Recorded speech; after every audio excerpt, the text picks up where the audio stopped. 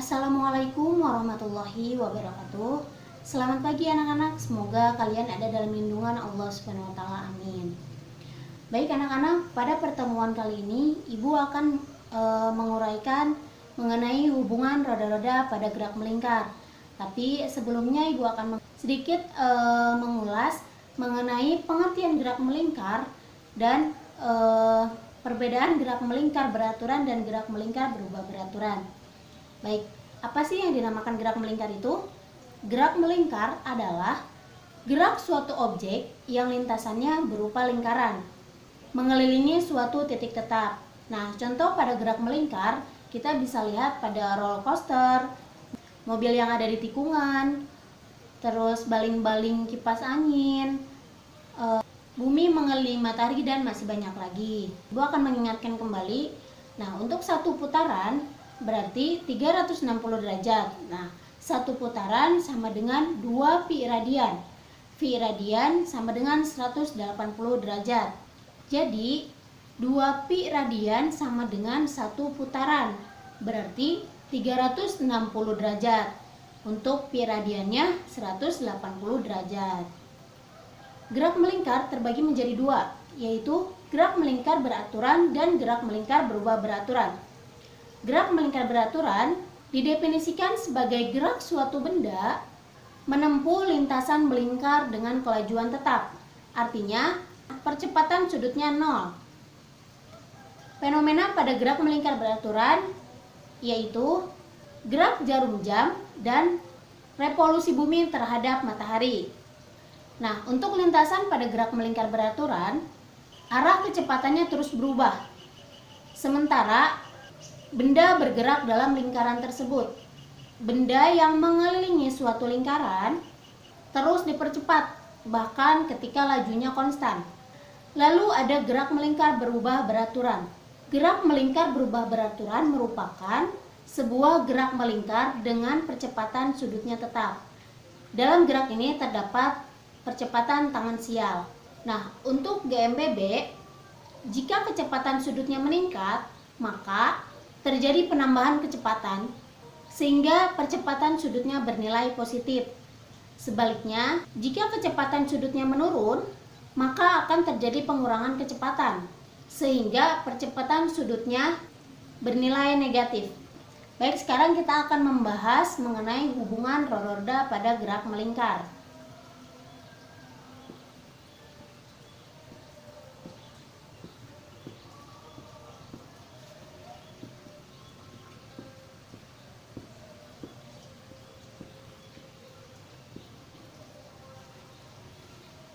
Gerak melingkar dapat dipindahkan dari suatu benda berbentuk lingkaran ke bentuk lain yang berbentuk lingkaran juga.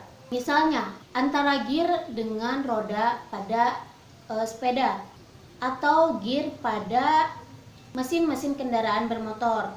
Nah, hubungan roda-roda pada gerak melingkar dapat berupa sistem langsung, yaitu memakai roda-roda gigir atau roda-roda gesek. Ada juga menggunakan sistem tak langsung, misalnya memakai streng, pita, atau rantai. Ada 3 jenis hubungan roda-roda pada gerak melingkar. Yang pertama ada hubungan roda sporos atau sepusat, yang kedua hubungan roda bersinggungan, dan yang ketiga roda yang dihubungkan menggunakan sabuk atau rantai.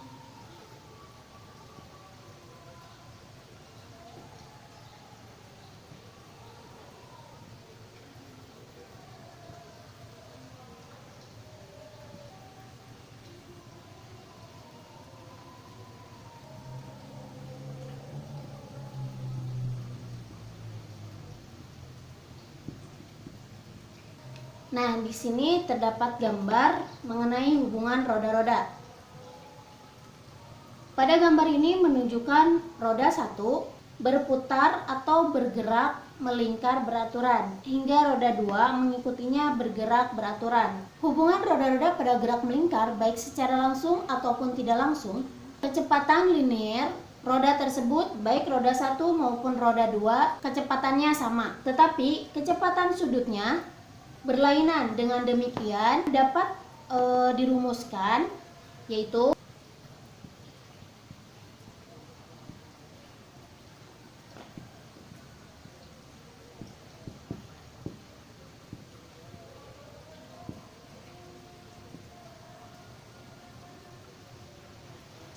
Nah, dapat dirumuskan Pi1 sama dengan Pi2, Omega 1 dikali R1 sama dengan Omega 2 dikali R2.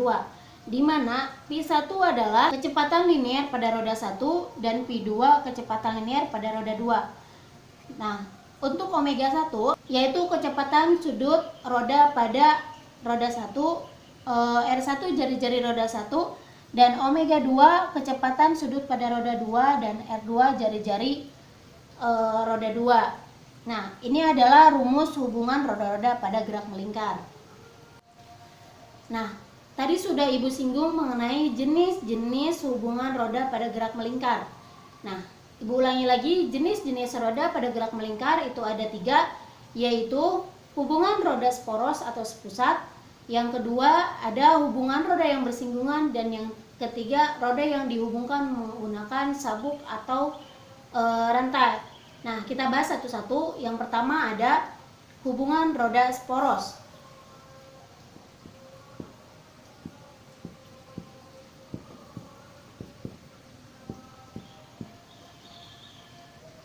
Nah, untuk hubungan roda sporos bisa dilihat gambarnya seperti ini. Ini kalian anggap aja lingkaran sempurna ya. Jika dua buah roda atau lebih disusun hingga poros dari masing-masing roda terpusat pada satu titik, maka arah putaran roda-roda tersebut sama. Nah, untuk roda A dan roda B itu sama putarannya, dan kecepatan sudut dari roda-roda tersebut juga sama. Contoh dari roda sporos yaitu roda belakang sepeda dengan gir sepeda. Untuk kasus roda sporos yang Ibu gambarkan ini bisa dirumuskan.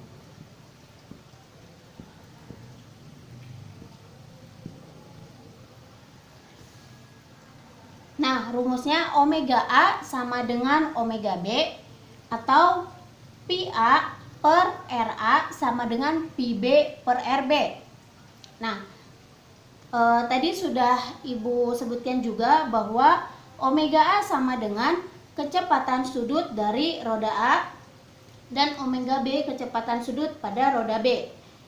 Nah, bisa juga kalian menggunakan rumus VA per RA, yaitu kecepatan linear roda A per jari-jari roda A sama dengan kecepatan linear roda B per jari-jari roda B. Lalu yang kedua ada hubungan roda yang bersinggungan.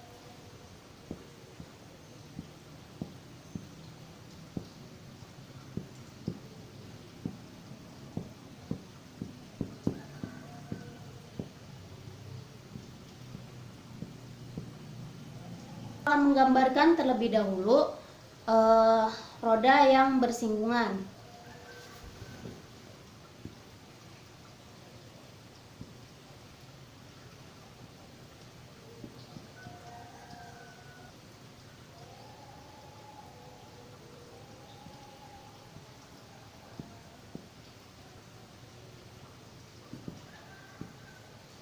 Nah, ini adalah gambar dari roda yang bersinggungan. Terdapat roda A dan roda B.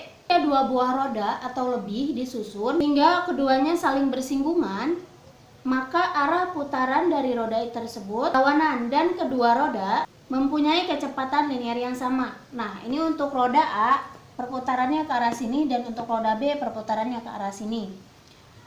Contoh dari roda yang bersinggungan yaitu kita bisa lihat pada jarum jam. Roda pertama searah dengan perputaran jarum jam, dan roda kedua berlawanan arah pada jarum jam. Nah, untuk rumus dari kasus ini yaitu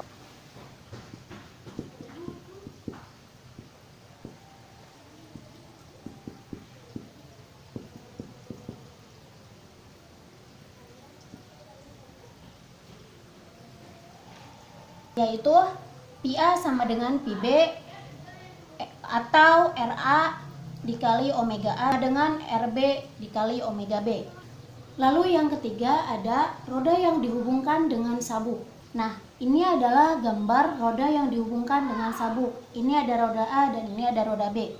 Untuk kasus dua buah roda yang dihubungkan dengan sabuk, maka arah putaran roda-roda tersebut sama, dan kecepatan linear pada roda-roda ini pun sama.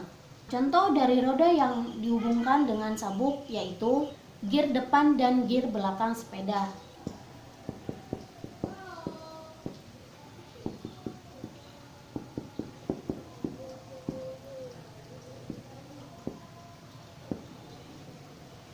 Nah, untuk persamaan dari roda yang dihubungkan menggunakan sabuk yaitu VA sama dengan VB atau RA dikali omega A sama dengan RB dikali omega B.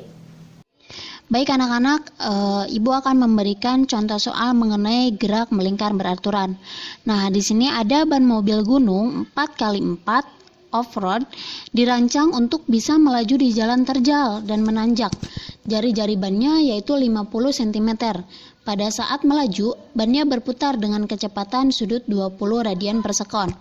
Jarak yang ditempuh mobil ketika ban berputar selama 10 sekon adalah A 400 meter, B 300 meter, C 200 meter, D 100 meter, atau E 50 meter. Nah, di sini pembahasannya tadi sudah diketahui jari-jarinya yaitu 50 cm.